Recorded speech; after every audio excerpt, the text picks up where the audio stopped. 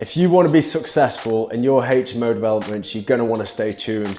In this video, I'm going to be covering the 7 things that I've done in this HMO and my previous HMOs that have made them stood out from the crowd and give them that extra boost to make them be ultra competitive and have very high demand, which in turn makes the GDV higher and you happier when you see your bank balance go up from higher cash flow. So let's start off with the first one, which is thermostat. You want to make sure, I've just uncovered this, as you can see, a brand new HMO. You want to make sure that you've got a strong thermostat in the house that people are happy with. There's nothing worse, especially this time of year, than tenants being cold because it won't make them happy. And having a really solid brand such as Inspire, not sponsored by the way, but I should be, to go to and to show off when you've got people coming round is a really, really strong point. These are amazing. You can boost on here, but also the landlord has an app, which means that you can control the temperature and make sure it's nice and warm throughout, but also the tenants aren't taking the piss. So it's also a really good one for you. Okay, next.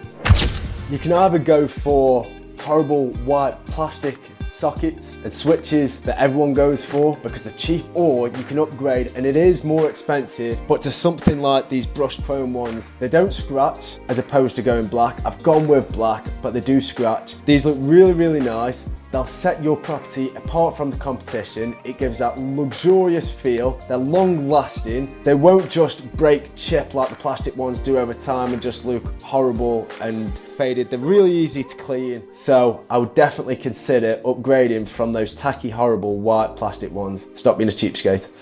So the next one, really, really important, is beds. So don't be tempted to put single beds in your property. It's really important that if you're going to have a nice HMO room, you need a nice bed. So I go for these small doubles. They're 4 foot wide. They've also got storage underneath, which is fantastic. And they've got a nice mattress on there. But make sure you get the 4 foot small doubles. Or if you're going with a 2-person room, then you could put a king size bed in there or a standard double bed in there. I tend to go with king size. But these 4 foot beds, they give them a little bit more space, and a single bed is like going back to your school trips away, and no one wants to do that when they're living in a HMO. So go with 4 foot small double beds. So when you come into designing your HMO, think about storage in the room. We've got over the stairs space just here, which has been extended out. And instead of leaving it as an empty void, we've put a nice feature door on there, and it now doubles up as a wardrobe. It'll save you money, but I actually think it looks better than having a wardrobe in the room, because now we've got a really nice open space. It feels more open plan as much as a bedroom can, and we've filled this nice void with a wardrobe, and also it looks good with this feature door.